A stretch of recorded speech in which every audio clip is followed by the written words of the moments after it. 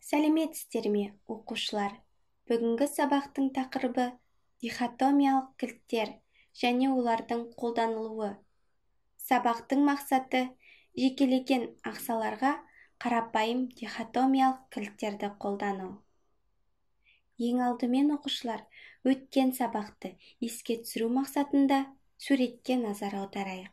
Суретте не байқап тұрсыздар? Жарайсыздар оқушылар. Бұл суретте ұқсас ағзалар берілген және олар екі топқа бөлінген. Суретте омыртқалылар және омыртқасыз жануарлар көрсетілген. Оқушылар, бүгін біз ұқсас ағзалардың түрлері мен туыстарын ажырата білетін әдісті үйренетін боламыз. Бүгінгі жаңа сабақтың тақырыбы дихотомиялық кілттер және олардың қолданылуы. Оқушылар, дихотомиялық кілттер дегеніміз не деген сұраққа жауап беріп өтейік.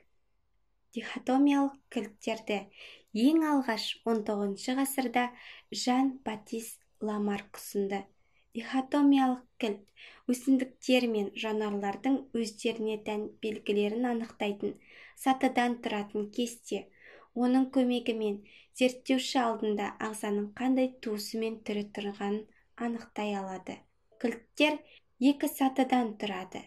Әр сатыдағы белгілер сипаттамасы бірін-бірі толық жоққа шығарады. Осындай кілттерді пайдаланған кезде анықтаушыда белгілердің екі жиыны болады. Теза қабылдау, антитеза теріске шығару. Ендеше оқушылар, берілген ағзаны дихотомиялық кілт көмегімен анықтап көрейік. Суретке назар аударайық. Суреттегі ағзаның қауырсынды жамылғысы бар немесе қауырсынды жамылғысы жоқ екенін байқап көрейік. Яғни қауырсынды жамылғысы бар теза, қауырсынды жамылғысы жоқ антитеза болады. Жыртқыш теза немесе антитеза? Өте дұрыс, теза. Яғни бұл ағзаның дихотомиялық кілт көмегімен бүркіт екенін анықтадық. Ботаникалық анықтамаларда әрбір дихотомиялық кілттер сол жақтан реттік нөмірмен белгіленген ретті сатылардан тұрады. Әрбір жеке саты өз кезегінде екі бөлікке, теза және антитезаға бөлінетінін білеміз. Теза сатының реттік нөмірмен белгіленеді, ал антитеза плюс, минус немесе 0 деп белгіленеді. Әрбір теза мен антитеза басқа сатыға сілтеме беретін санмен немесе сәйкес жүйелеу категория атауымен аяқталады. Ендеше ботаникалық анықтамаға кілттер құруға мысалдар келтіріп көрейік. Теза 1. Тік сабақ. Екінші сатыға өтейік. Антитеза сабағы ілмек тәрізді иілген. Үшінші сатыға өтейік. Теза 2. Сопақ жапырақ жолжекен тәрізді мойыл екені анықталды. Антитеза жіңішке қандауырша тәрізді жапырақ, яғни қандауыр кербезгүл екенін анықтадық. Енді оқушылар, сіздерге өз беттеріңмен орындауға жұмыс беріледі.